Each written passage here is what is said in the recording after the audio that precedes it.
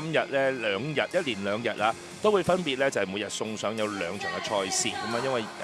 正值係而家咧咁啊嚟到踏入呢個2月尾3月份咧，大家都知道咧喺大灣區今次將會咧係舉辦嘅第15屆全國運動會咧，目前咧測試賽就進行得如火如荼，尤其是咧喺香港有份參與嘅一啲嘅項目啦，除咗手球項目之外咧，大家都知啦，嚟緊咧喺呢個週末啊，亦都會進行埋一個首次係出現嘅一個叫做跨境嘅馬拉松賽咧，就將會咧就係喺今次嘅全國運動會去舉行。咁所以大家都知道喺每個項目咧咁啊都好努力啊！咁啊一班幕後嘅工作人員啦，包括埋我哋港台電視上下我哋嘅喺製作組方面嘅好多同事咧，今日都話喺現場上落咧，都真係勞心勞力嘅。咁所以咧趁住呢個時候咧，都係同佢講聲辛苦晒啊！咁啊而家距離我哋全國運動會當然亦都仲有好長嘅一段時間，嚟緊呢要去到我哋今年嘅11月先至咧係會進行我哋嘅全國運動會，咁所以呢，都有幾長嘅時間可以俾大家亦都睇一睇，一陣間喺第2場見到我哋呢中國香港代表隊咁啊喺佢哋而家目前嗰個準備啊等等各樣，咁當然啦，今日呢，我哋到時香港隊嘅比賽嘅時候會慢慢同大家介紹翻我哋港隊喺準備全運會嘅狀況啦，因為尤其是有林澤軒喺度。咁啊，但係今日呢，我哋港隊嚟緊一陣間會派出嚟嘅隊伍呢，到整體個陣容都未話完全係叫做全運會 ready 住啊，唔係話佢哋嘅實力唔 ready， 而係到時最終嘅陣容會係點呢？咁啊都仲有好長嘅時間呢，係可以需要定奪。不過我哋今日將我哋嘅關注焦點先擺翻喺呢一場賽事。咁啊見到咧呢邊啊就係全國冠軍啊江蘇隊，咁啊見到啱啱咧就有佢哋嘅門將啊黃權啦，咁啊係負責守門嘅老將嚟㗎啦已經。係啦，咁樣見到咧黃權咧，其實啱啱如果大家觀眾咧睇到嗰個 close up 嘅鏡頭咧，黃權嗰個鏡頭係要特別調高少少嘅，因為咧黃權其實佢嘅身高咧係2.05米啊，咁係一個基本上佢係仲高過個龍門框㗎啦，咁而佢咧亦都係國家隊嘅主力門將啦，現役咧可以話係中國嘅第一門神嚟嘅喺手球嘅世界入邊。咁而佢亦都打過好多比賽啦，亦都曾經效力過俄羅斯啦，甚至乎係一啲克羅地亞嘅球會。而更加犀利嘅呢，佢係第一位呢喺歐聯嗰度得分嘅中國球員啊，係啊！但係呢，啱啱大家都有聽到啦，佢係一個龍門嚟嘅。咁而佢係都有喺歐聯嘅賽事上面呢係可以攞到分嘅。咁所以呢，陣間都可以睇下，點解一個龍門會係得到分嘅呢？喺場上面，即係同足球呢，可能又有少少唔同啦。咁啊呢一樣嘢，大家一陣間可以喺比賽嘅時候咧，慢慢就去了解多啲。咁啊，亦都可以同大家介紹咧，嚟緊呢，即將會喺今年11月會進行嘅全國運動會啊，由11月9號到11月21號，咁啊為期呢喺13日嘅時間裏邊呢，係可以話破天荒地啊，全國運動會首次係橫跨粵港澳3地嘅大灣區舉行啊！廣東省呢，之前呢，咁啊，亦都已經有去過係舉行過㗎啦。而家呢，準備好呢，我哋哋要播國歌。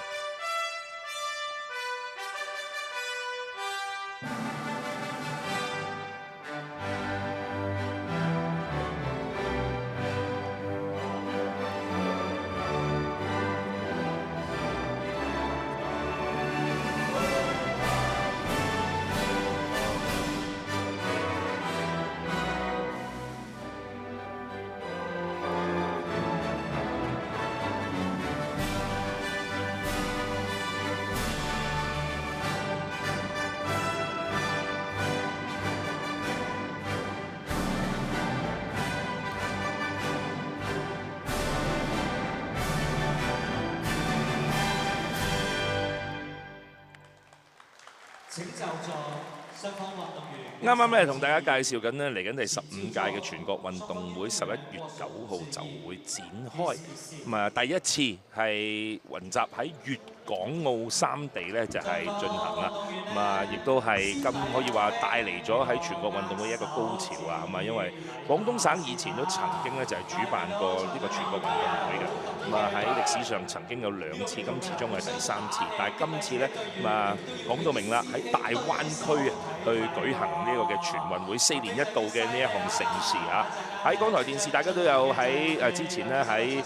陝西舉行嘅第14屆啊，我哋叫14運啊，咁咁當時我哋都有咧係做過呢一個現場直播啊。咁啊，今日咧我哋進行嘅呢一項將會係手球嘅測試賽，相當之難得，我哋亦都非常之期待緊嚟緊第15屆全運會嘅舉行啊。不過講翻頭先，我哋要介紹翻今日兩隊啦，包括咗咧就係江蘇同埋廣東啦。咁啊，手球項目方面咧，我哋都講過啦。江蘇咧係近4屆嘅全運會方面咧係基本上就係佢哋4連霸㗎啦。今屆咧希望可以能夠染指到咧5連霸，但係永遠咧江蘇咧最大嘅對手咧都係來自北京嘅。冇錯啊！北京咧今次嘅測試賽咧就冇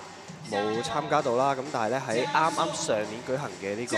全國手球錦標賽咧，其實北京隊咧都係殺到入去頭4嘅，所以北京都係一隊好強實力嘅隊伍啦。而廣東咧亦都係殺到入頭4，所以今場波其實係全國前4實力嘅對碰嚟嘅。咁啊，亦都要等阿謙啦。咁啊，永遠都係啦，欣賞任何項目之前都要介紹翻先。要俾所有觀眾都要知道啦，手球項目咪一啲基本嘅規則啊。係啦，咁咧其實我哋手球項目咧，一啲完全唔熟悉手球嘅朋友仔咧，其實你可以當手球係籃球混合足球啦。咁相信大家都知道籃球同足球係點樣玩㗎啦。咁而你會喺手球比賽入邊咧睇到好多呢兩個運動嘅元素，例如我哋會有好似籃球咁樣嘅拍波啦。而亦都會有足球，又會有個守門員喺度守籠啦，咁樣。咁呢啲元素咧，其實都係似曾相識嘅。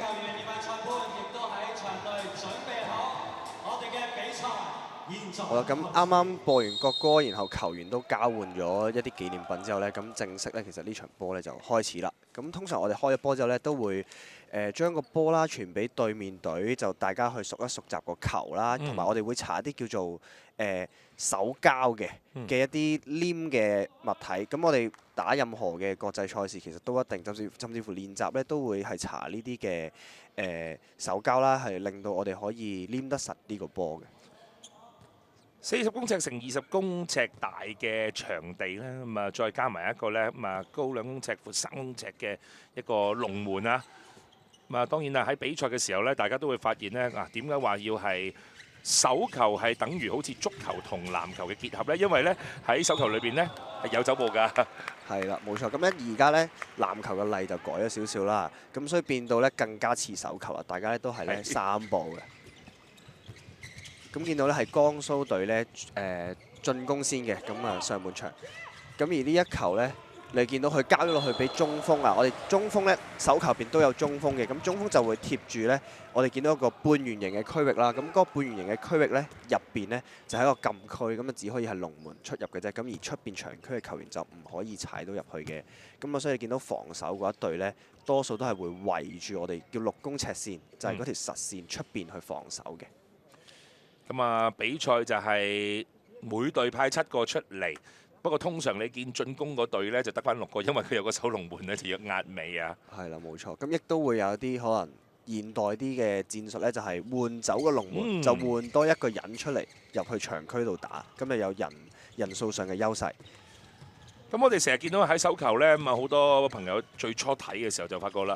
個波硬係咧就係喺佢個禁區出邊啊，左下右下左下右下，但係明明前面有咁多人，其實應該作為港隊代表啦，咁啊林澤謙可以教一教我哋觀眾睇下，點樣先至係可以俾到球隊爭取到最有利嘅進攻模式咧？係啦，咁你見到手球場咧，其實啱啱阿勤都講到啦，20乘40，咁啊唔係話好大，即係一定比起足球，咁所以咧我哋人數上咧就一定係1個對1個先㗎啦。咁然後咧你要見到嗱，我哋以呢一個攻勢，江蘇隊攻勢為例啦，我哋球咧會係要 keep 住不斷去流動啦，可能由左到右啊，右到左不斷流動咧，去嘗試咧係揾到一個人同人中間嘅空位咧，去飛入去進攻。即係越近個球門咧，正常嚟講咧入球嘅機會係越大嘅。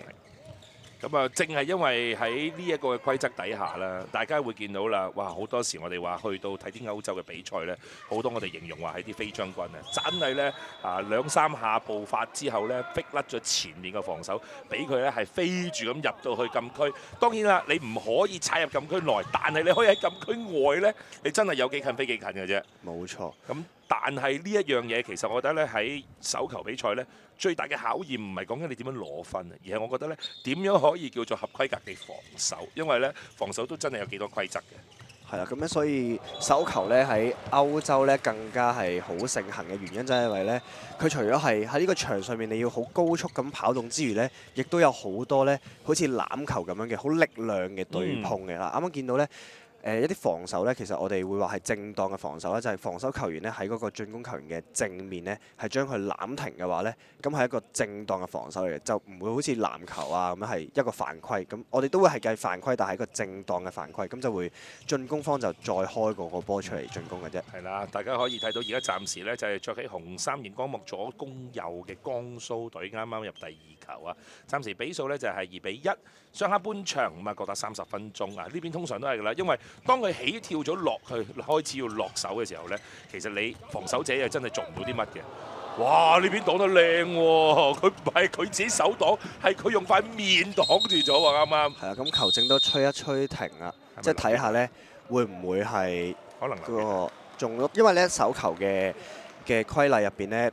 我哋進攻球員咧，其實係唔可以射守門員嘅頭部嘅，係啦。咁如果射中咗咧，咁係會有罰則出現嘅。咁所以而家球證都睇翻 VAR 重播啦，到底係唔係中頭咧？咁樣係啦，咁啊要即刻睇一睇翻喺慢鏡嘅重播，因為都幾明顯啊！見到頭先咧，阿黃權就係咯，黃權一擋擋完啊，再睇呢邊咧江蘇隊喺左邊嘅突破，呢個係之前嘅入波嚟嘅。好多時咧都係利用咗個角度，就係話唔係淨係要直射啊！好多時咧利用一啲嘅彈地，哇！呢下真係喎，中咗下巴啦，就唔係正中晒塊面嘅，下巴少少啦。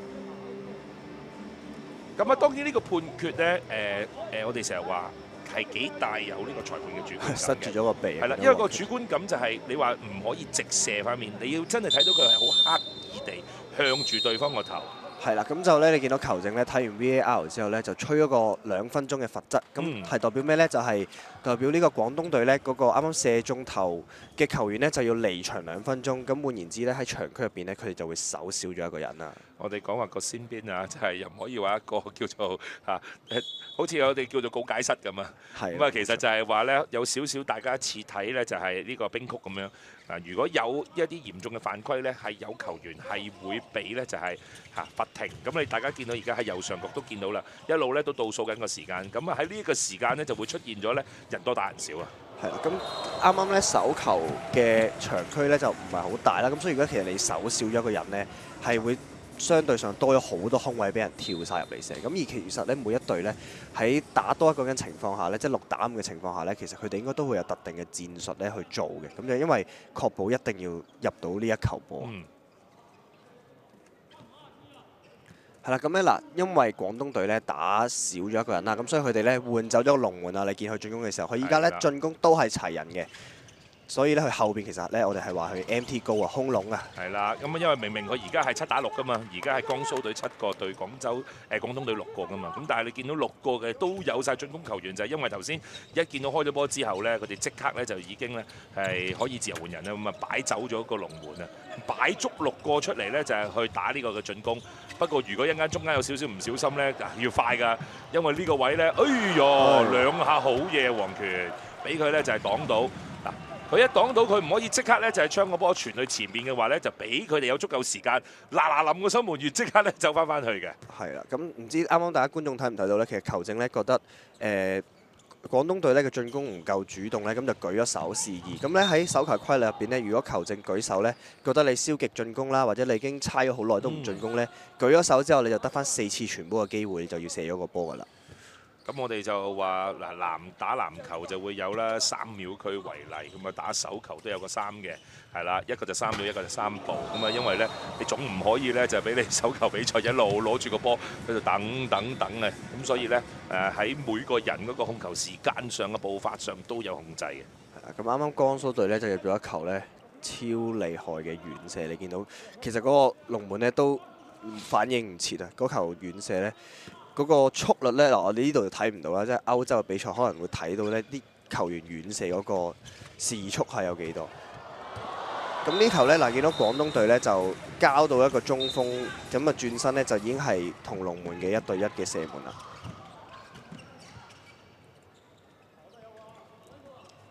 咁廣東隊呢，其實嗰個2分鐘罰則已經完結咗㗎啦。咁依家呢係齊晒人嘅。咁咧我哋見到呢，江蘇隊呢，佢係好多攻勢呢都係會交落去呢，俾個中鋒呢，阿謝慶龍嗰度呢去啟動或者去得分嘅。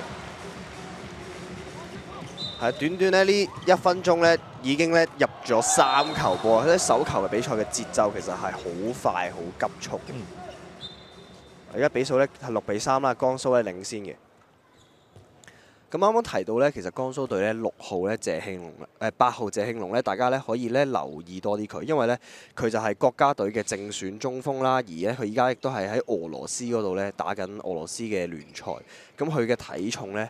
係113公斤，係一個龐形巨物啊！其實喺呢個手球嘅場上面，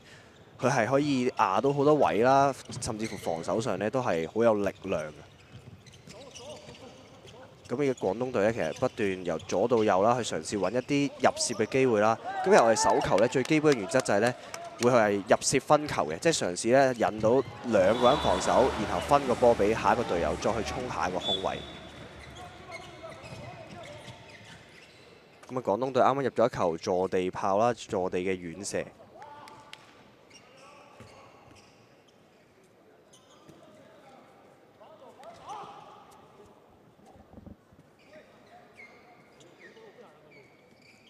咁喺江蘇隊呢7號呢控球呢，周傲呢，其實佢防守嘅時候呢係會換咗出去嘅，因為呢手球入邊呢，其實我哋係會無限換人啦。咁所以有啲球員可能係專職進攻，有啲球員呢就係專職防守。嗱，呢一球又係交咗落去俾中鋒謝慶龍啦。咁樣佢嘅得分嘅成功率係好高嘅。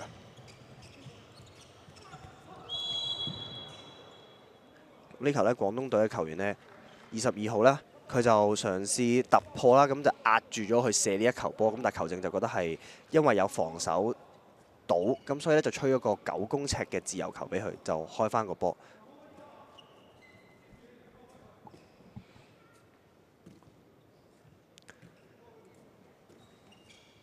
咁廣東隊咧就做咗個轉位啦。咁本身咧，我哋中間嘅會叫控球啦。咁而喺控球左手邊咧，我哋會叫左副；控球右手邊嘅球員咧嘅嗰個位置就叫右副。咁咧主要咧都係呢中間3個球員咧係會做一啲突破啊、組織啊嘅攻勢嘅。咁佢哋做咗個轉位啱啱。咁啊又見到黃權又擋一球啦，即係佢呢個身形咧其實係遮咗好多嘅球門嘅位置。咁啊，江蘇隊呢4號季宇呢就好快上到嚟就射咗一球遠射啦，俾龍門擋到，咁啊又變翻係廣東嘅攻勢。你見到江蘇隊呢個防守呢突然間有少少甩漏啊，係令到呢廣東隊呢係揾到一個空位呢係飛咗入嚟射咗一個中距離嘅射門。咁啊啱啱睇到啦，江蘇隊4號嘅左副啊季宇，咁而家暫時都喺場外。好，主波7號負責控球周傲。咁啊，另外呢邊呢仲有右副啊13號嘅陳孝天。好啦，咁啊見到趙晨啊，另一位左副喺度。好啦，回後，攞死角咁啊，但係俾對方守門員呢擋到啊。咁啊，今日呢廣東隊嘅守門員26嘅趙海。呢球波咧就射得比較正宗啊！其實阿黃權呢都冇做一啲動作就已經擋咗球波，一球好靚嘅快攻啊！入球呢就來自19號嘅劉兆良。係啦，咁咧見到江蘇隊呢球呢，其實佢嗰個攻防嘅反擊嘅意識呢好好啊！佢一見到呢廣東隊嘅球員喺中間作出一個射門呢，其實佢翼位嘅球員呢已經偷跑定啊！咁然後龍門黃權一擋到呢，就已經交出一個快攻。咁啱啱季宇呢就4號射咗一球好急嘅波之後呢，就俾教練換走咗啦，咁就換咗趙晨入嚟。咁趙晨呢就係江蘇隊嘅老臣子嚟嘅，咁佢亦都係身高2.04米啦，係僅次於守門員黃權之後第2高嘅球員啊。廣東隊嘅進攻攞高咁啊，但係就越過咗個橫楣。因為啱啱都提到啦，其實江蘇隊嘅球員呢身形比較高大，咁所以佢為咗唔好射中，即係避開個防守呢，佢呢一球呢就特登呢要調高咗，咁結果呢就係喺楣頂上面呢出咗去。出咗界嘅。所以廣東隊可能都要諗多啲辦法咧，係除咗遠射咧之外咧，可能要揾多啲機會係入攝到啦，甚至乎可能之前有啲坐地炮揾防守球員去遮一遮，等個龍門嘅角度咧，其實係難睇到出邊嘅球員嘅時候咧，去作出一啲射門，咁可能會入球機會率會大啲。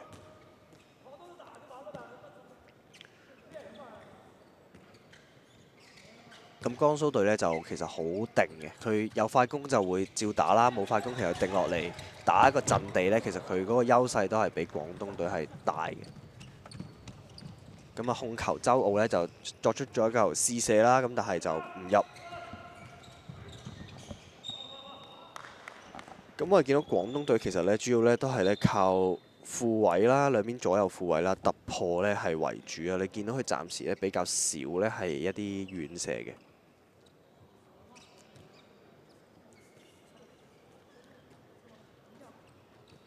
咁啊22號黃培傑廣東隊做咗一球交叉，俾咗左副兜咗過嚟，再俾到右副，最後咧揾翻 key 波，咁就吹咗咧一個7公尺。咁因為咧防守球員咧，江蘇隊嘅球員咧就踩咗去啱啱我哋講嘅嗰條6公尺線入邊，咁嗰個係一個禁區嚟嘅，咁球員就唔可以喺入邊作出一個防守啦，咁所以就會吹咗一個我哋叫做越區防守。咁結果咧就會係有一個7公尺嘅射門出現啦，咁就等於咧足球嘅12碼，就會係一個定點嘅射門嚟嘅。咁就由22號啦，黃培傑主射，咁但係俾黃權擋咗出嚟，接翻再射都係再擋翻出嚟啊！連續 double save 啊，黃權。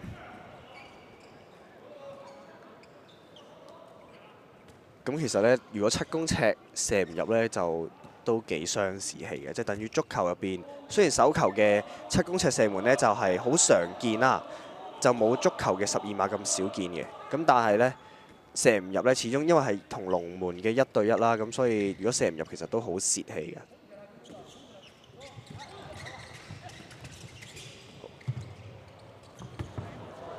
咁啊，江蘇隊啦交到落去，因為江蘇隊嘅副位球員呢，嗰個進攻能力好強啦，咁變咗防守翼位嘅廣東隊球員呢，都要補上嚟嘅時候呢，令到江蘇隊呢嘅翼位呢都會得到咗空位。咁呢度有一球呢，廣東隊就啱啱提到啦，好多入攝衝入去為主嘅。咁就睇翻呢球慢鏡呢，見到呢江蘇隊嘅左翼球員啦空咗呢，其實都好大位嘅，係跳出去。咁啊，龍門呢啲呢都好難受，因為佢哋嘅騰空嘅時間都好長。咁今次呢，就由廣東隊33號呢去射呢球7公尺。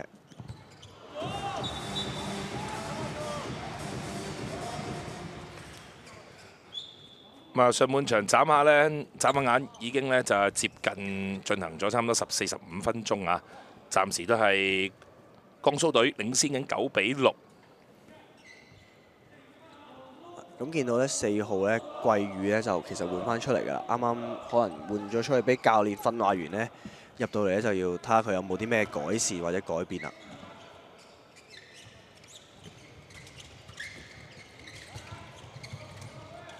咁就吹咗個走步，因為呢7號呢周奧呢諗住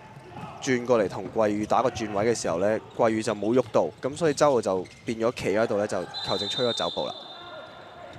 同樣嘅情況呢，亦都喺廣東隊啱啱呢個攻勢嗰度出現呢，球證亦都係吹咗個走步。咁我哋呢，你拍完波行2步甚至乎3步之後呢，其實你就要作出一個射門啦，或者一個傳球啦，就唔可以行咗3步之後呢，你停低，因為我哋同籃球唔同，籃球我哋會有重心腳呢，可以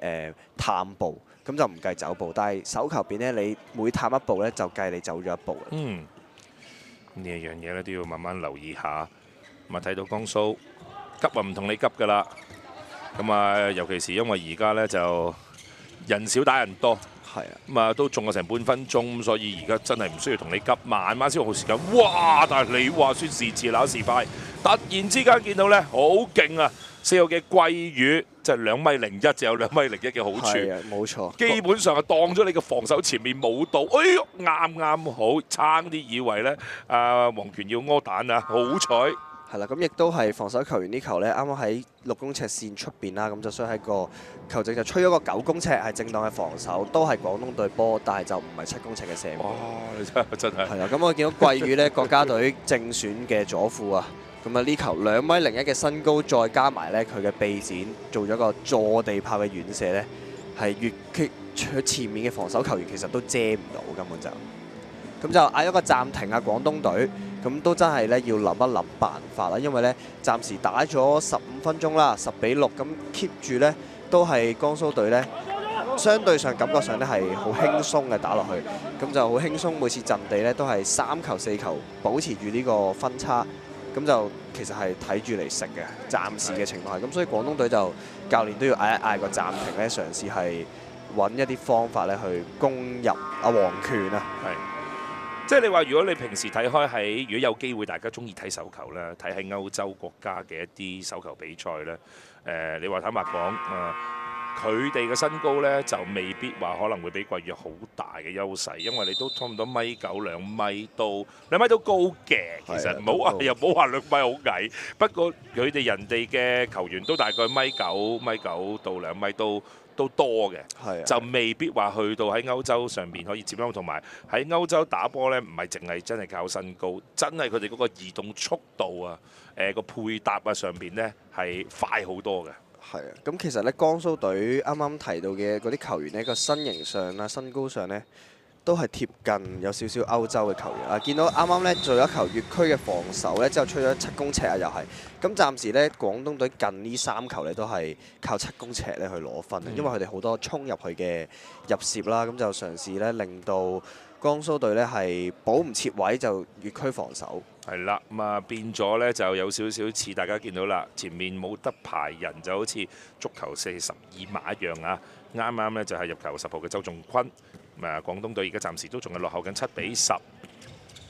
咁江蘇隊呢就再次進攻啦，你見佢哋拉到個場好闊嘅，用盡晒球場嘅闊度。咁呢球呢，右副嘅球員啊，19號，咁啊劉兆良呢就做咗一個搞手嘅動作，咁啊嘗試呢做係一個1對1嘅突破啦。突破完之後呢，繼續衝入去射波。咁防守球員啱啱提到啦，可以攬，但係唔可以側邊攬嘅，只可以正面攬。咁所以就吹咗個7公尺啦，因為明顯得分機會就係會球證會吹7公尺嘅，咁就由周傲主射啦，咁就7公尺入咗。好，嘗試轉線。係啦，廣東隊都係，喂，好似有印象中廣東隊第一球喺9公尺以外嘅遠射啊，咁係入咗嘅。咁我相信呢係因為呢，俾防守球員呢其實都遮一遮龍門嘅視線。不過今日測試賽呢，咁啊江蘇隊頭先都換咗龍門啦，咁啊將黃權收埋咗，咁啊而家用緊16號嘅張瑞啊，身高1.9米。做呢球呢，球證出咗進攻犯規，因為呢喺廣東隊球員呢冇任何急停之後橫移嘅動作底下呢，其實佢直線撞咗埋去阿謝慶龍嗰度咧。咁你見到佢謝慶龍呢113 kg 咧都俾佢撞冧咗，咁直線咁樣撞埋去呢係唔得嘅。坦白講呢，就你話以手球喺全國嗰個程度，即係講話嗰個實力上嚟講，我哋都話啦，江蘇而家No.1啦，北京基本上係同佢就係大家爭緊嘅，咁啊另外仲有山東隊啦，廣東隊啊當然希望能夠叫做藉住有主場之利，大家一定要釐清翻一樣嘢嚇，咁啊，因為我哋喺全國運動會參加嘅隊伍呢，都係以省嚇或者有啲係叫做直轄市啊等等各樣啊，包括我哋特區啊嘅代表隊去參加，就唔係話廣州隊啊。廣州只不過係廣東省嘅城市嚟嘅啫。咁啊，以省隊個代表單位呢，就係廣東省啊。咁啊，所以呢，其實包含嘅地區範圍都幾廣下。咁啊，擁有嘅人才都唔少嘅，講真廣東隊。係啦，咁見到呢啱啱呢個慢鏡啦，咁啊周傲控球呢揾到8號謝慶龍呢，又係揾到佢啊！咁江蘇隊呢，其實佢好多進攻呢，其實佢都會係嘗試交落去俾謝慶龍，因為佢係一個太有威脅嘅存在啦。佢無論係身形啦、磅數啦，都係你見到佢攞到波呢，一轉身，其實個防守球員都好難攬得實佢。咁啊，所以頭先都見到啦，就算咧咁啊犯晒規對住你都冇佢符㗎啦。12-8，暫時咧就紅衫江蘇隊，就係呢下啦，想要起嗰下你捉唔到啊，咁啊結果咧就一個違例。OK， 但係呢一種咧就係我哋講嘅飛將軍就真係飛到埋去，基本上係去到守門員嘅面前咁滯㗎啦。係咁而家咧拉開到5球嘅優勢啊，江蘇13-8領先。咁你見到廣東隊咧又打少一個啦，你見到右上角有個1分10幾秒，就係佢仲有1分10幾秒要打少一個人，因為啱啱個球防守謝慶龍咧就球證覺得係不正當嘅，太粗暴，咁就夾硬攬停佢嘗試，咁但係俾謝慶龍轉爆咗，我哋會話，咁所以就違例兼咧入波兼違例。好，咁啊所以而家咧廣東隊又嚟人少打人多啊！好啦，喺出邊盡量猜下先。係啦，咁佢就唔好失誤啦，因為咧佢而家亦都係咧空籠嘅，咁只要佢一失誤咧，嗱球證舉咗手啦，佢得翻4次傳波嘅機會啫。嗱咁樣一失誤之後，其實佢而家空籠咧，佢好快咧，嗱喺佢點解依家又會有個龍門咧？因為咧喺佢做一啲戰術走動嘅時候咧，佢就換翻一個球員出去，咁就換翻個龍門出嚟，因為佢哋知道咧，佢哋其實做完呢個戰術走動咧，佢都要射門㗎啦。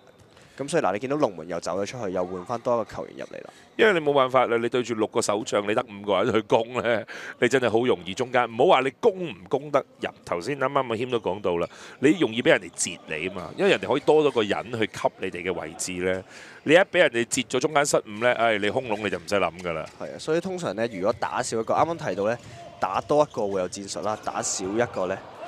都會有戰術嘅。呢個龍門咧就早咗出營啊！咁啊，廣東隊嘅球員呢，射咗球彈地波，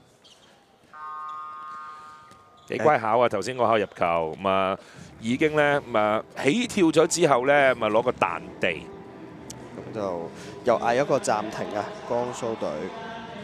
暫時咧距離上半場完結都仲有4-5分鐘，呢個時間都睇到啦。8號嘅謝慶龍係真係個身材上面、技術上面咧有幾大嘅優勢啊！啱啱江蘇隊叫咗個暫停。咁啊，大家而家睇緊嘅咧，就係我哋喺第15屆全國運動會手球項目方面嘅測試賽啊，舉行嘅地點啊，喺啟德體育園嘅係啟德體藝館，咁啊喺呢邊。咁啊當然啦，喺啟德體育園除咗咧係有手球賽嘅賽事啦，大家都知啦，嚟緊我哋香港將會舉行嘅七人欖球賽啦。咁啊喺全運會嘅七人欖球咧，都係由喺香港方面咧就係舉行嘅。咁啊全運會方面夾埋有8個項目係會由香港咧係去舉辦。當中咧就包括咗咧係男子 U22嘅籃球賽舉行嘅地點就喺紅館啊，香港體育館。咁啊場地單車啊，梗係啦，唔少得啦。我哋舉行國際賽嘅經驗非常之豐富啊。咁就會喺我哋將軍澳嘅香港單車館舉行。咁啊，而至於啟德體育園，除咗有手球賽、有七欖之外咧，仲有多2個項目嘅。咁啊，有一個項目咧就係大家最中意嘅劍擊啦。咁啊，另外咧就係屬於喺全國運動會嘅特色嚟嘅，有呢個叫群眾項目啊。咁啊，群眾項目咧就有我哋其中香港都非常之中意嘅保齡球項目咧，亦都會係喺啟德體育園度舉行嘅。好，咁啊，見到呢一下嘅強攻，似乎就啱好咧就出咗界。係啊，仲中咗條柱彈出。咁你見到江蘇隊喺呢個暫停之後咧，其實都作出咗啲換人調動啊，相信咧都收起咗少少主力球員啦。咁就換咗20號嘅左副出嚟啊。OK，13號張昌柯，咁啊俾佢哋再入多球，而家越追越近咯喎，14-10啊！係，我覺得咧呢段時間咧，江蘇隊嘅防守咧有少少鬆散嘅喎，一啲1對1咧都俾人哋突破到。但係咧佢哋進攻端咧，其實咧 keep 住嘅遠射咧都係好厲害。暫時廣東隊咧都仲係未好有效咁阻止到。又係一個突破啊！廣東隊13號張昌柯運用一啲步伐啦，同埋速度啦，咁就嘗試呃過咗個喺1對1嘅情況下呃過個防守咧，然後咧就衝入去射門嘅。咁所以啱啱講到就係江蘇隊嘅球員咧對位佢嘅球員咧，其實咧好似俾佢過咗幾球啦喎已經。咁另外啱啱提到咧，廣東隊其實好多入攝衝入去嘅作為攻勢啦，就少啲遠射。咁點解咧？其實因為咧佢哋咧未係 full team 嘅，佢哋嘅超級射手咧張爭傑咧其實咧就冇喺今次大軍名單嗰度嘅。我哋睇翻江蘇呢個攻勢，又係交到去左翼，咁一樣咧，但係又俾龍門擋出咗啊！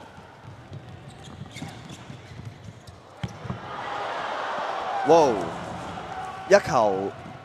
本身呢1對1嘅攻門呢，咁但係俾門將呢2號門將擋咗出嚟啊！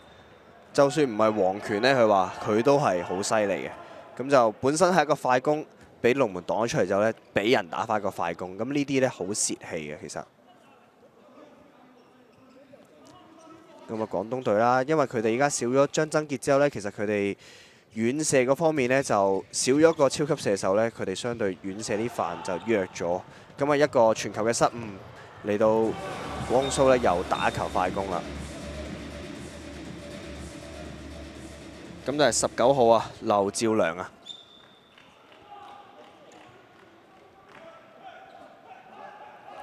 17-11，咁啊，而家暫時上半場仲有6分鐘。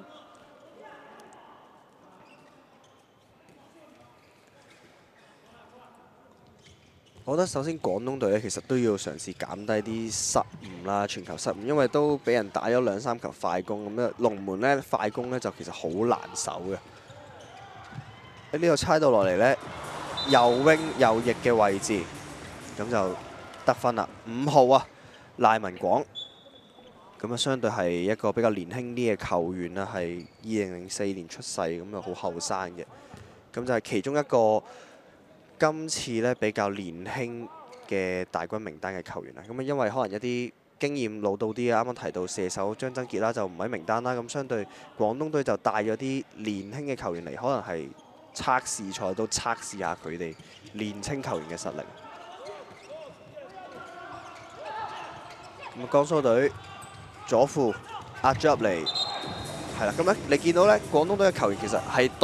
對住咗阿周傲㗎啦，7號。咁但係咧，佢冇繼續俾力啊，咁就變咗周傲其實進攻永遠係有主動優勢嘅。咁佢就壓住個防守球員，擔住半邊身咧作出個射門。咁就係都係好有經驗啦，周傲呢個球員，咁變咗佢都知道你冇俾力嘅情況下呢，佢就調翻轉啦，壓住你去作出一個射門。咁啊，廣東隊做咗個轉位，又係一個突破咗之後呢，中距離嘅射門。18-13，江蘇隊，呢一下呢就被擋到。呢球就有啲心急啦，啱啱開完波呢出嚟，其實都未真係有個好明確嘅空位，咁佢就可能想試下手氣。咁但係我覺得咧，呢一球波咧，相信江蘇隊嘅教練咧應該都好勞氣啊，因為變咗你嘅隊友其實咧陪你啱啱守完咁辛苦，開完波出嚟上到嚟你就射走咗個波，咁啊又要翻去防守，因為防守上面要用嘅力咧嘅體能咧相對係多啲嘅。咁啊，廣東隊右副作出一球遠射，咁但係咧就吹咗9公尺，咁啊都係廣東隊嘅球權。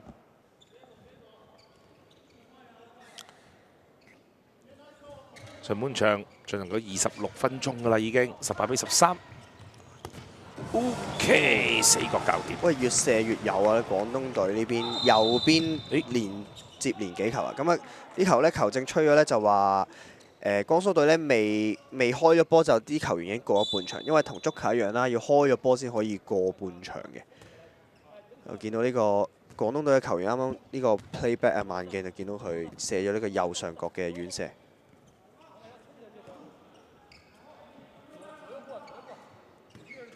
咁樣可以留意下呢，其實呢兩邊廣東隊定江蘇隊佢哋嘅防守呢，其實都會浮上嚟，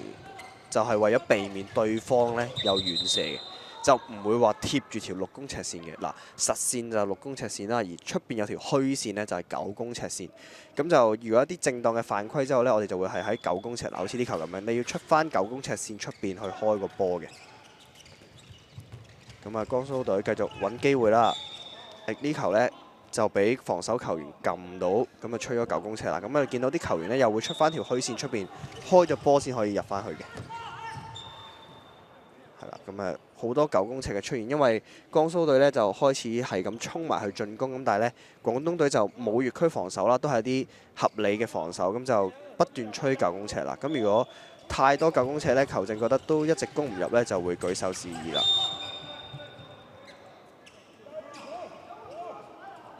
咁樣見到江蘇隊換咗啲年青球員出嚟之後呢，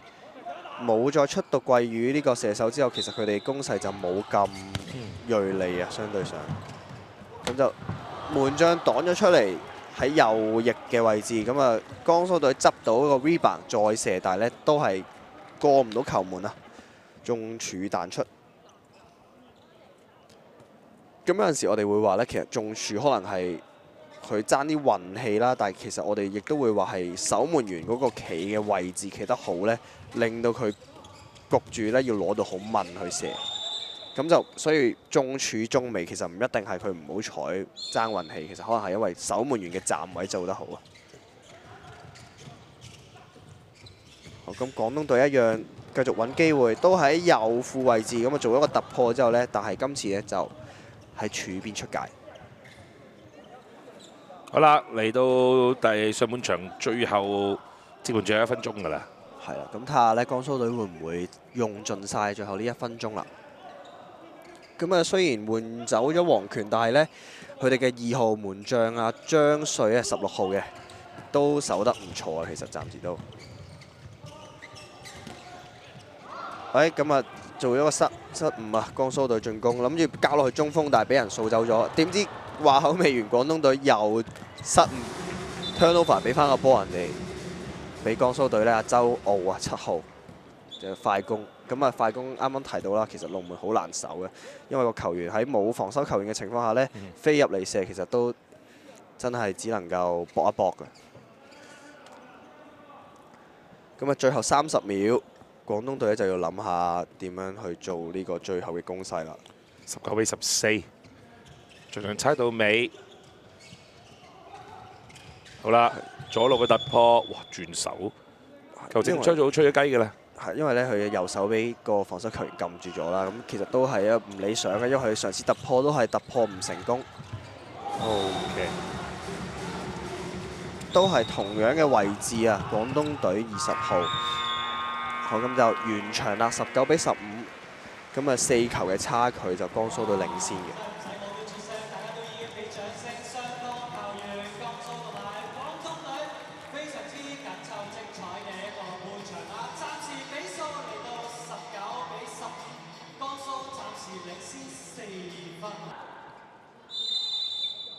咁啊，我哋香港其實咧喺最近啊，啱啱舊年啊，亞洲錦標賽、亞洲手球錦標賽當時其實都攞到咧，就係喺亞洲方面排名第13啊。中國國家隊咧都係喺最近嘅呢一屆嘅亞錦賽，當時都係攞第10嘅啫。咁啊，所以其實我哋香港隊實力唔曳㗎，咁啊，所以值得俾大家咧就多啲留意。咁當然我哋話每一年呢，喺全國運動會方面啊。通常我哋大家，譬如我自己睇得多少少嘅時候，都會知道㗎啦。所謂咧喺全國運動會嘅獎牌大戶，除咗就廣東省啦，一定㗎啦，廣東省。咁啊，廣東啦，山東啦，咁啊，江蘇，我哋而家喺手球方面嘅4屆全國冠軍啦，仲有就係上海市啦。浙江啊等等都係會比較多啊，喺不同項目方面呢嘅獎牌大戶嚟嘅。冇錯。咁啊，大家都其實希望就係話，點樣可以為家鄉爭光啊嘛？因為為國爭光係固之然緊要，但係嚟到全國運動會呢，翻去自己家鄉，點樣去代表翻自己嘅省市有好嘅成績呢？呢一樣啊，真係光宗耀祖噶嘛。係。咁啊，見到下半場開咗波啦，咁啊。廣東隊咧進攻先嘅，咁你見到咧佢換咗一個中鋒27號姚雪岩出嚟，咁而呢個球員呢，曾經效力過克羅地亞嘅球會嘅，係一個經驗豐富亦都係實力好強嘅球員啦。不過可能上半場呢，就相對流力比較多，咁就下半場呢，我哋啱啱見到開咗波呢1分鐘呢，其實廣東隊都好嘗試咧去揾佢，係咁揾佢傳波俾佢，或者以佢嚟啟動一啲攻勢。幾難得嘅真係，因為喺中國嘅球員啦，能夠有機會出到歐洲揾食，因為歐洲方面呢，手球啲實力真係高嘅，真係講真。你話好幾個我哋而家見到喺譬如江蘇隊，頭先我哋講過啦，我哋嘅守門員啊黃權啊，啱啱頭先講過啦，控球嘅周傲啦，阿謝慶龍啊等等呢，其實佢哋都係少數地能夠有機會可以叫做真係出外去到歐洲發展嘅其實中國隊嘅成員嚟嘅。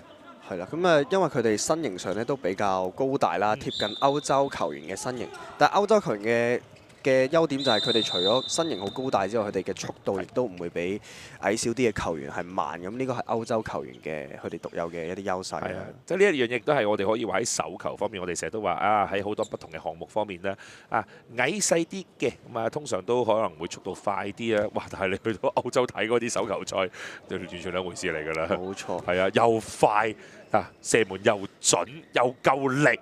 係啊，咁所以呢個亦都係手球嘅一個特色啦，就係你唔同可能足球你唔同位置上咧需要嘅身體嘅條件可能唔同，即係例如你中堅可能要高大啲，前鋒可能要快啲咁樣。但係手球嘅世界入邊呢，其實你係又要大隻，又要大力，又要快，即係要兼具嘅。係啱啱啊！頭先講蘇啊上司啦，都係攻門中間咁啊，遇上呢，因為廣東隊都向另外犯規。好，繼續。交叉走位，靚做咗個轉位啦，咁啊7號嘅周傲，佢本身係打控球嘅，咁啊喺個左褲轉咗位過嚟，然後咧就作出一個遠射。咁點解要做出一個轉位呢？就係因為我哋手球其實進攻咧好少會冇任何起動嘅情況下走去作出一啲射門，咁所以我哋都會有啲走動啊、轉動啊、轉位置啊，作為一個起動去啟動我哋嘅跑埋去嗰個過程。咁廣東隊啦，下半場出到嚟，其實佢係照舊咧有好多嘅突破啦，同埋會去揾中鋒27號姚雪岩嘅。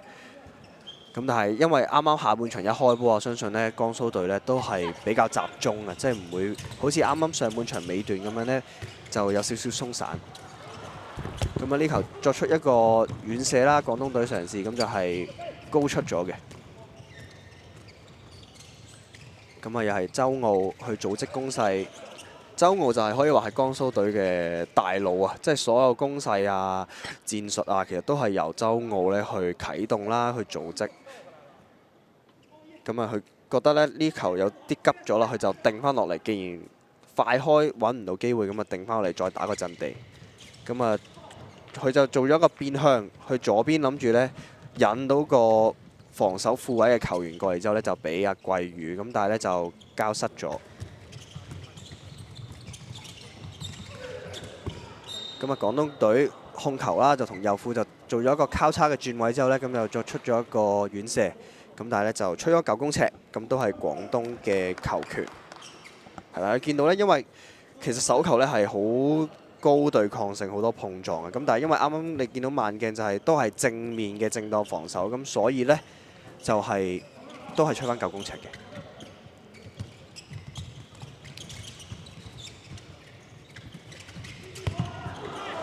咁啊，又作出一個施射。咁咧嗱，你見到咧，今次江蘇隊嘅門將下半場出到嚟咧，唔係黃權，唔係張瑞啦，佢哋會換到第3號嘅門將出嚟啊。咁啊，又係周傲啊。已經見到咧，其實幾球咧，周傲都係攞呢個彈地波。咁啊，廣東隊咧又再次進攻啦。咁你見到佢都係拉唔近個比數啊，因為冇一個好有效嘅得分方法。江蘇隊嘅防守呢，話口未完呢，佢就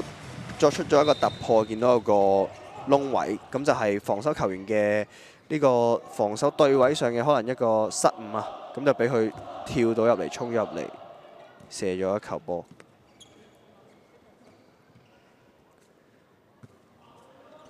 咁啊，廣東隊嘅球員呢，其實暫時都係，如果佢就係靠呢啲好零星嘅嘗試突破呢，去諗住拉近個比數，就相對比較難，因為呢啲嘅機會都唔多啊。咁啊，江蘇隊把握到一個入攝嘅空位呢，右副球員飛入去射咗一球彈地，咁啊球證吹咗入波嘅。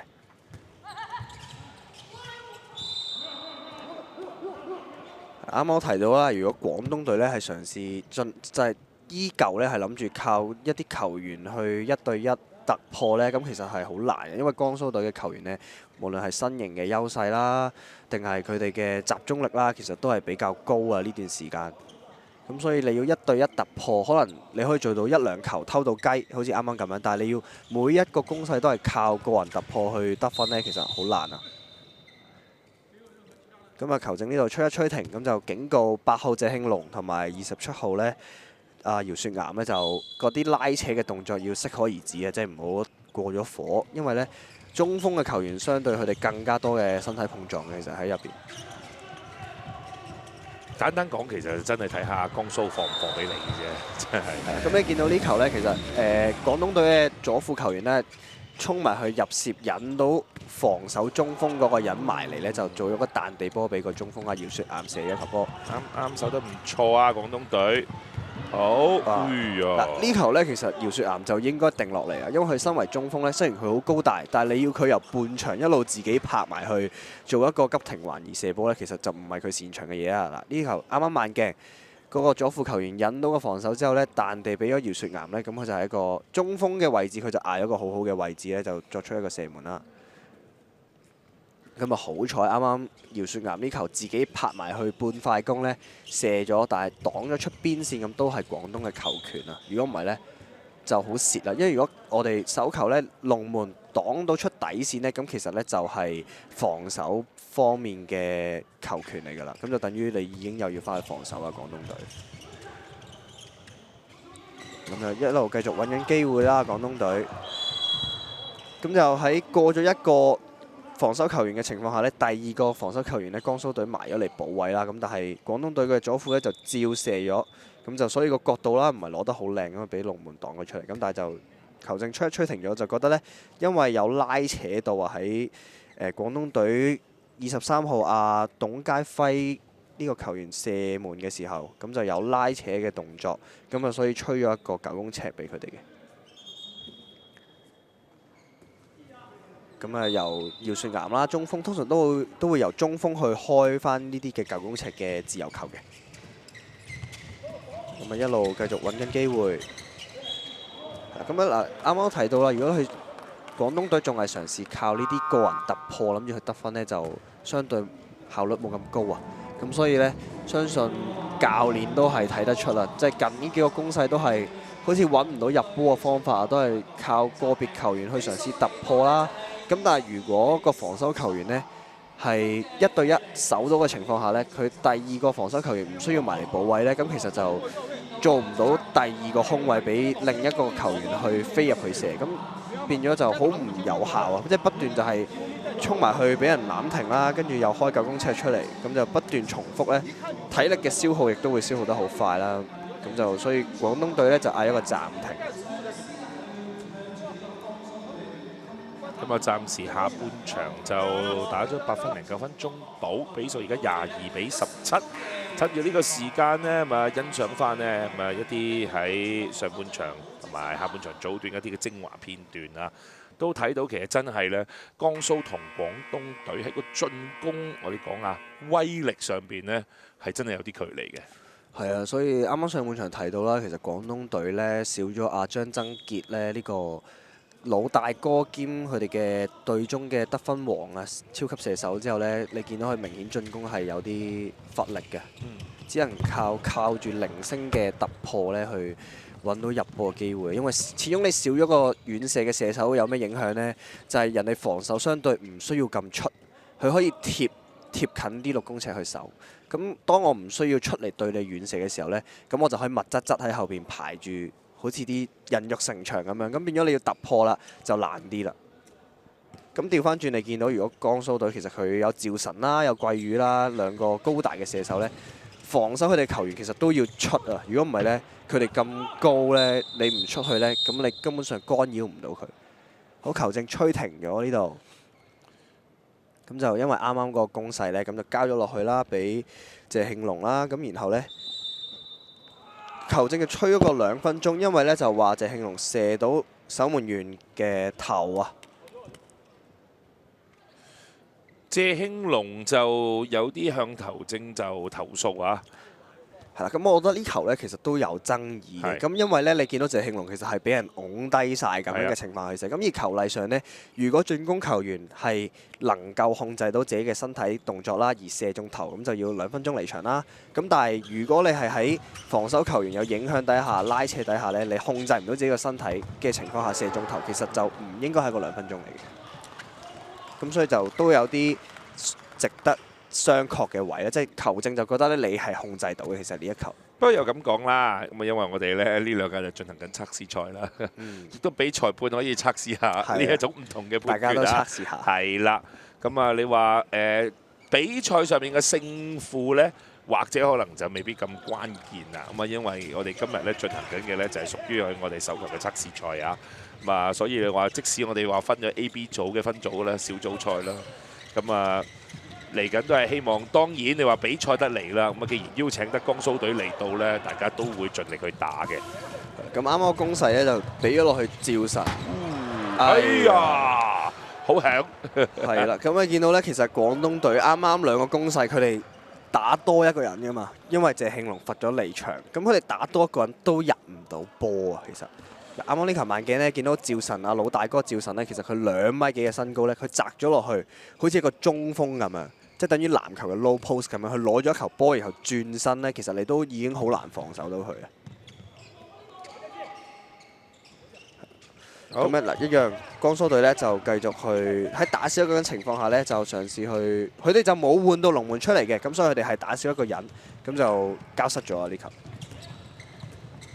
即係某程度上，你當然啦，你代表咗佢哋嘅實力咧，都唔係太擔心你。就算我哋咧而家打少一個人，都係照樣都係咁俾佢哋攻啊！係啦，咁你見到啱啱廣東隊又喺打多一個人情況下又射失咗個波，其實啱啱嗰球佢已經係飛晒入去射㗎啦。冇啦冇啦，翻返嚟啦，係啦，係啦，齊人啦。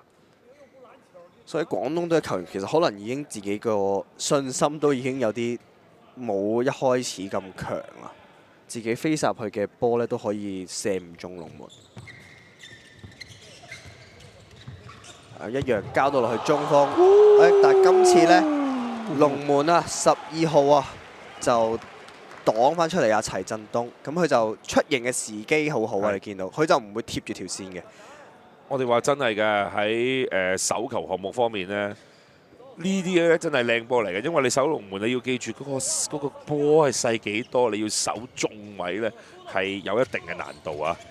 係啦，咁就因為啱啱射嗰球咧就唔係謝慶龍，就係後備嘅中鋒阿馬益貴嘅。啱啱咧頭先江蘇嘅進攻咧就省咗落去對方嘅防守球員，結果咧俾廣東隊成功一個反擊搞掂，22號嘅黃培傑。冇錯，咁主要咧暫時廣東隊都係靠黃培傑啊、董佳輝啊呢幾位球員咧係做一啲突破衝入去啦。咁但係咧嗰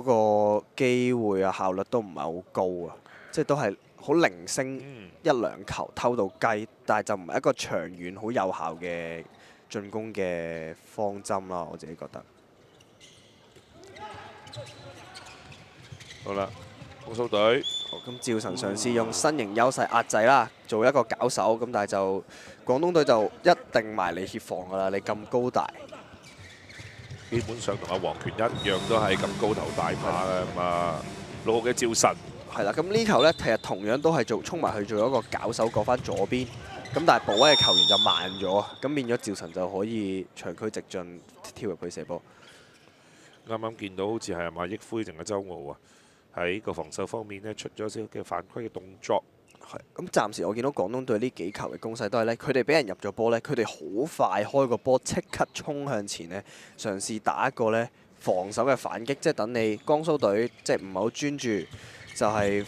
入完波未回得切防嘅時候咧就偷雞。咁呢球突破咧，球證就吹咗咧係7公尺嘅。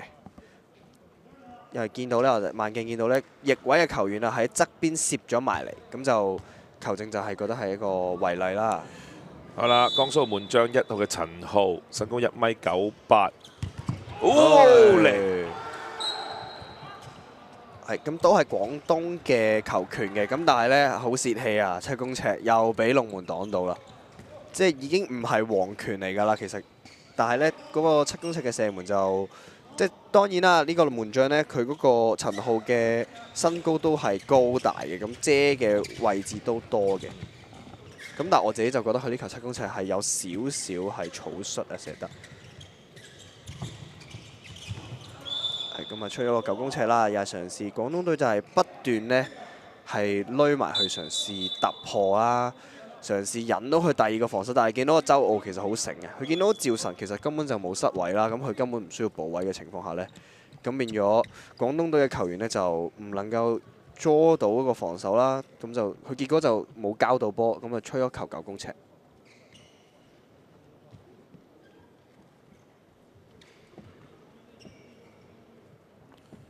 暫時嘅比分23-18，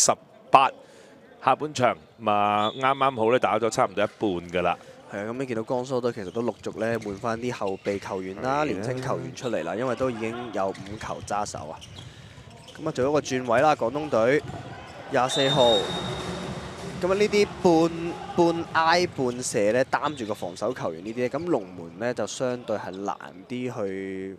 捉摸嘅，因為你擔住個防守球員半邊身咧，咁嗰個龍門其實都唔知你係會分波啊，定係會射波，咁就加上咧防守球員遮咗守門員嘅視線嘅，其實會。下半場進行咗15分多，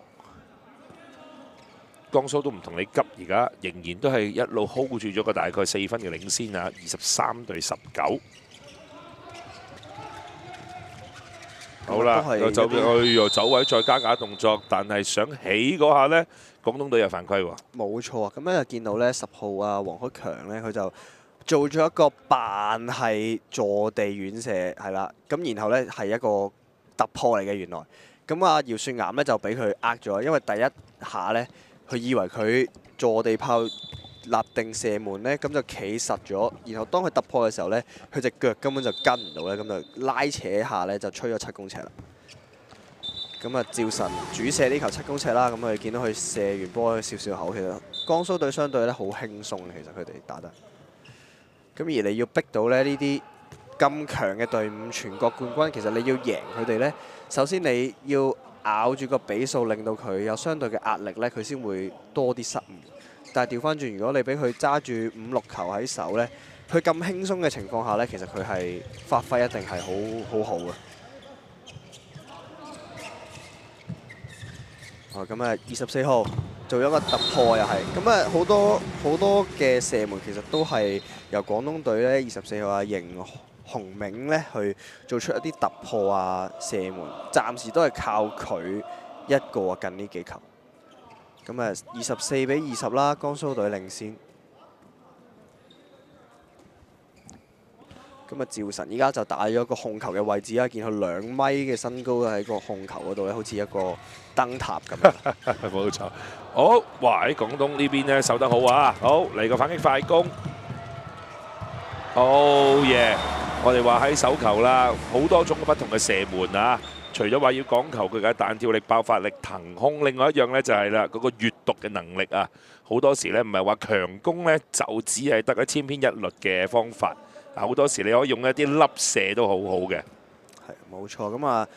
啊，趙如龍啦就5射5中喺呢場比賽廣東隊。咁啊，趙晨就去咗左副位啦，依家。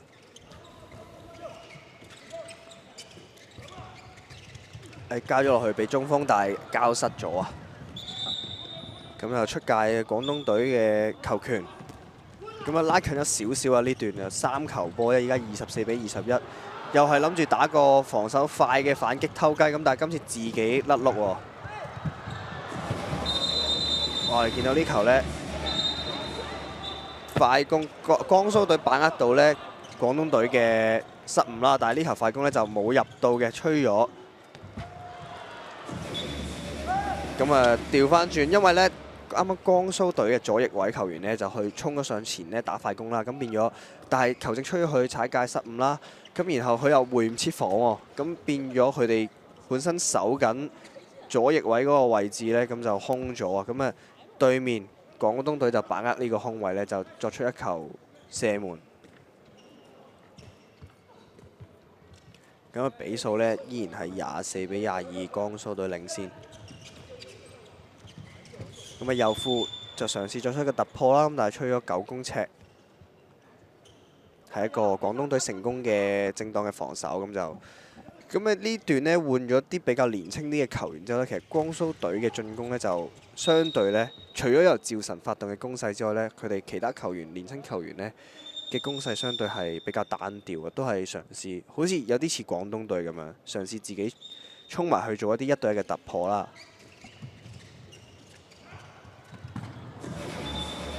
咁呢球呢，因為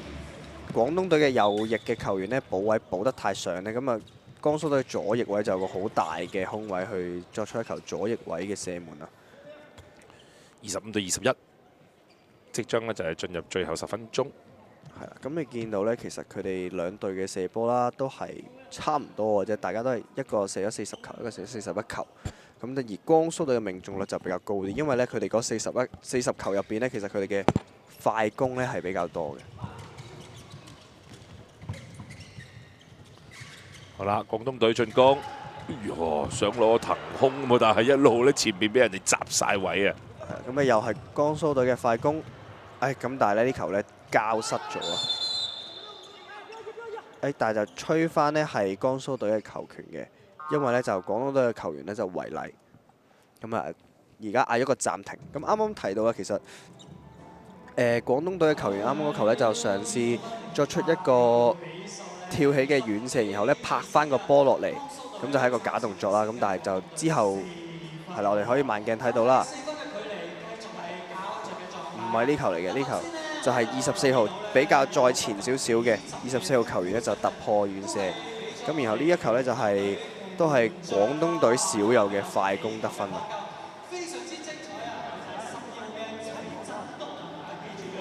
啱啱咧江蘇隊嘅請求暫停啦。因為咧有個勢咧，廣東隊好似咧就可以越追越近啊！不過每一次咧有呢個感覺，一望翻個比分咧，都仲係有4分嘅差距啊！因為廣東隊其實係攻得好咗、多咗、密咗，但係你換翻轉你江蘇隊嘅反擊咧，廣東隊基本上係無語嘅。同埋廣東隊就把握唔到啲好，我哋話係一啲比較 critical moment 啊，即係佢可能入咗呢球波呢，就已經係拉到2球或者3球，但係偏偏呢嗰啲 moment 呢，佢哋就失誤，俾人打翻一個反擊快攻，變咗又拉翻開，來回呢其實2球波嚟㗎啦，已經係。咁啊，江蘇隊嘗試做一個突破，俾翻周傲，又交到左翼位嘅球員，又係一個好大嘅空位啦。咁你見到江蘇隊嘅球員呢，如果佢左翼位呢咁大空位嘅情況下呢，其實佢個命中率係好高㗎。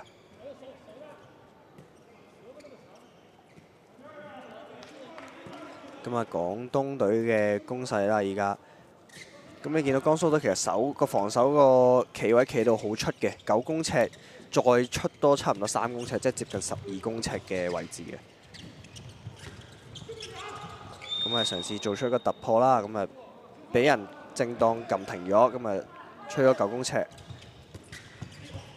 一人突破嘗試壓埋去。咁而廣東隊你見到佢都又換咗啲年輕嘅球員出嚟嘅。呢球突然間有個防守上嘅換位嘅失誤啊！江蘇隊今日變咗俾廣東隊嘅球員呢係成條私家路咧衝晒入嚟射啊！阿陳浩啊，見到佢都有同佢出邊嘅防守球員呢有啲投訴啊，即係點解會俾人咁樣直線衝晒入嚟嘅？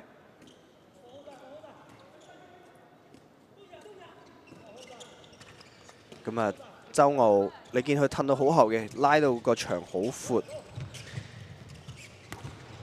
又係呢個嗱。我哋呢場波咧，阿琴，呢場波其實我哋睇周傲咧，呢一個射門，呢一個彈地咧，其實起碼4-5球。啱啱想讚一讚周傲嘅時候，但係睇到呢下嘅防守啊，馬益輝，哇！摔角嚟嘅喎呢下，係啊！呢頭咧就衝埋去，但係咧人哋廣東隊嘅球員其實個衝埋嚟個勢都好強，變咗咧好似爆旋陀螺咁啊！轉一轉，大家瞓咗地下。咁但係因為咧接觸嗰下其實係一個正當防守嚟嘅，而防守球員呢亦都冇夾硬將佢揈開啦，咁所以球證就吹咗9公尺嘅啫，都係。繼續再嚟睇廣東，爆晒。係啊！你見到佢3個球員一齊埋嚟撳停嚟嘅江蘇隊。即係唔係話每一次你話一硬你一定要有啦，你前後後而家連起都唔俾你起啊！起動都唔係好順暢啊！你見到廣東隊，再係掟翻過嚟右邊。咁佢哋雖然啱啱提到咧，江蘇隊嘅防守咧企到好出嘅，佢哋會中間嘅球員咧可能企到9公尺啊，甚至11公尺。咁但係咧，當你副位嘅球員咧一嘗試突破埋去中間啦，你以為中間有空位嘅時候咧，佢嗰個第二個球員咧，中間個球員一埋嚟夾嗰下咧，其實都個時機好好啦，同埋好快嘅。連續攻咗3下都俾江蘇隊撳死咗嚇。逼到咧就係廣東隊方面啦，主教練祝捷都要叫個暫停，睇下要點樣可以進行調整啦。因為而家賽事就剩翻最後7分鐘左右。係啊，我自己就覺得咧，其實廣東隊咧，佢哋嗰個起動可以再嘗試拉後啲啊，即係等自己有多啲嘅衝力，真係衝埋去，而唔係衝埋防守球員嘅正面啦，而係嘗試衝去防守球員同防守球員之間，就逼佢一定要保位啦，條線路要攞翻靚啲啦。另外就係呢，當其實有危就必有機嘅。佢江蘇隊嘅防守個企位企到咁出嘅時候呢，代表佢內線中鋒其實應該相對係會多啲空位嘅。咁就要諗下點樣去運用呢啲空位啦。好，咁球證係吹咗個走步啊！咁啊，又係一球快攻嘅機會，但係掉深咗啊！呢球門將呢掉個快攻掉到好深，而加上廣東隊嘅球員係有追翻去防守，咁就變咗呢球快攻就係一個失誤作結。咁啊，都係廣東隊嘅攻勢。好，咁球證係吹停啊，吹咗個2分鐘，2分鐘罰則。睇下先，係啦。咁就係吹咗係廣東隊嘅球員喎，13號。咁啊，因為咧可能啱啱鏡頭嗰度未必影到啦，就吹咗佢咧係可能同江蘇隊嘅球員咧係有啲唔係咁好嘅身體接觸啦，可能咧叉到佢面部嘅位置。咁啊球證咧就吹咗個2分鐘罰則啦。咁變咗廣東隊仲要打少一個人添。久攻不下，而家仲要打少個人，你見咧江蘇隊嚟啊！哇！上玩高張喎。係啦，咁啊嘗試做一個好似籃球嘅拆你屋咁樣，咁但係就交失咗。同時間兩位嘅球員呢都係做一個嘅突破入攝，可以呢就係憑佢個騰空，希望呢單手啊做一個可以真係啦alley oop咁樣呢，接應自己嘅隊友喺邊線嘅突破嚟做呢一種嘅非常之獨特嘅進攻模式啊！係啦，因為江蘇隊打多個人啦，所以變相佢有呢個空間呢，係有個球員可以飛入去做一個空中接力嘅。咁啊，廣東隊嘅攻勢啦，又係打少個情況下呢，佢哋又換咗個龍門出嚟，咁就令到佢進攻嘅時候呢，唔使打少一個人。咁但係呢，江蘇隊係好集中嘅，同埋佢哋嘅球員相對身形好啲啦，移動能力啊，各樣嘢呢都係好好嘅，我覺得。冇啦，你要再去同佢夾硬打快都冇用，因為前面都已經2、3個到晒位嘅。冇錯，咁啊，周奧組織個防守反擊，一球遠射，但係中柱彈出。10號嘅黃海強。咁啊27-22啦，江蘇隊領先5球，時間呢仲有大概5分鐘到。反應落都係第二，而家嚟到板凳球員上嚟呢，嗰個嘅對比啊更加之鮮明啊，同埋強烈啊！廣東隊基本上係冇嘅，攞唔到起手嘅機會啊！係，其實如果廣東隊係仲諗住想贏呢場波呢，咁其實佢哋起碼1分鐘要追到1球啊！但係你見到而家明顯地，佢哋就算點樣去揾位突破，最終你都係破唔到江蘇隊個防守。係啊，好哇！門將仲要咧早出嚟，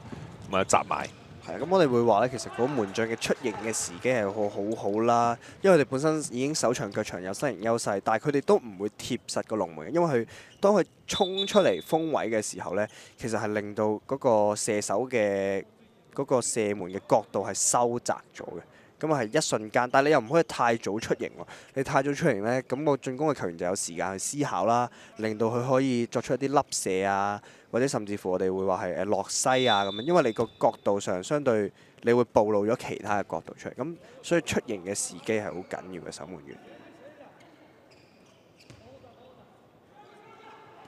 咁啊，江蘇隊嘅攻勢啦，咁相信呢，江蘇隊都唔會同你急㗎啦。咁但係呢度做咗一個好大意嘅失誤啊！自己傳波傳咗出界。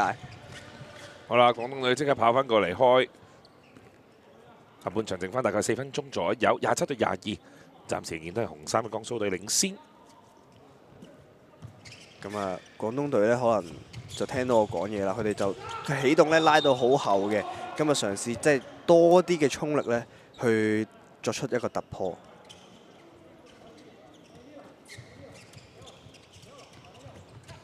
咁啊，交到嚟左副嘅球員，俾咗姚雪岩，再分到落嚟左翼位，係啦，其實個攻勢個機會已經出咗嚟㗎啦，但係真係把握唔到，射唔入啊！見到陳浩啊，守完呢球波之後呢，因為其實呢個翼位嘅射門機會其實都好大位㗎啦，咁但係呢，依然呢係過唔到門將陳浩啊，咁你見到佢都係咆哮啊！咁啊一樣由周傲去組織攻勢啦，拍咗過嚟左邊，揾到左副，都係拍翻去左邊。咁咧見到呢，其實佢係一個我哋叫做有少少係反波浪，因為佢本身由左副俾完右副，咁如果順波浪呢，又俾咗 key 波之後應該係去右副嘅，但係佢就再翻嚟左邊，咁就變咗個防守球員呢就失咗位啦。咁啊28比22，江蘇隊領先嘅，時間仲有3分鐘。咁啊廣東隊兜咗個中鋒出嚟啦，然後呢，擲翻落去，咁啊嘗試再做一啲突破，咁但係好密質質啊！你見到紅衫江蘇隊。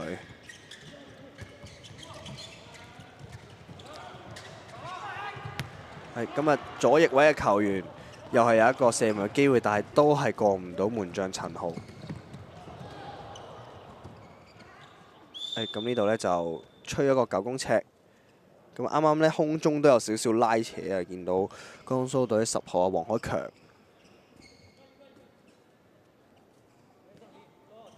可能整一整到隻手指。咁啊，啱啱廣東隊其實呢啲空勢嘅攻勢呢，佢哋唔能夠轉化成為入球呢，其實就相對好泄氣，因為好難得猜到一個空位出嚟。咁啊，呢個黃海強呢，就作出一個突破，咁啊喺人罅中呢，就射咗球遠射，29比22。好啦，咁啊進入到最後2分鐘，廣東隊嘗試睇係要去揾位啊，好。翻過嚟，交中間，但係漏咗啊！係啊，佢俾落去呢球呢，其實佢就一開始去扮射門啦，引到嗰個防守嘅夾擊之後呢，但係佢俾落去嗰下呢，太用力啦，即係變咗中鋒呢。呢啲波如果你傳落去咁個速度咁行呢，其實中鋒好難接嘅。咁變咗呢，交中鋒呢，雖然如果接到轉身就已經係同龍門嘅1對1啦，好近啦，但係你一交失咗，其實就已經係成個波俾咗人哋去打一個反擊㗎。咁啊，黃海強壓埋嚟俾咗周傲，周傲做一個突破，俾翻左翼位。今次呢，佢嘗試一射近處，咁但係就呢，俾門將擋出咗啊。咁啊，最後1分鐘嘅時間，廣東隊都係嘗試靠突破，然後分球啦。佢哋嘅成場波嘅，相信佢嘅策略都係咁樣嘅，因為少咗張真傑呢個射手之後。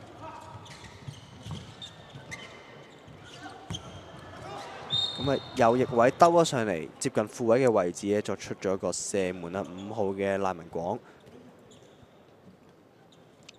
咁但係就俾門將擋出，但係球證就吹咗9公尺，因為有推送推撞，又係俾門將擋出咗啊，彈翻出嚟。咁但係呢，球證就話中咗江蘇球員隻腳，咁啊都係廣東隊嘅球員球權啊。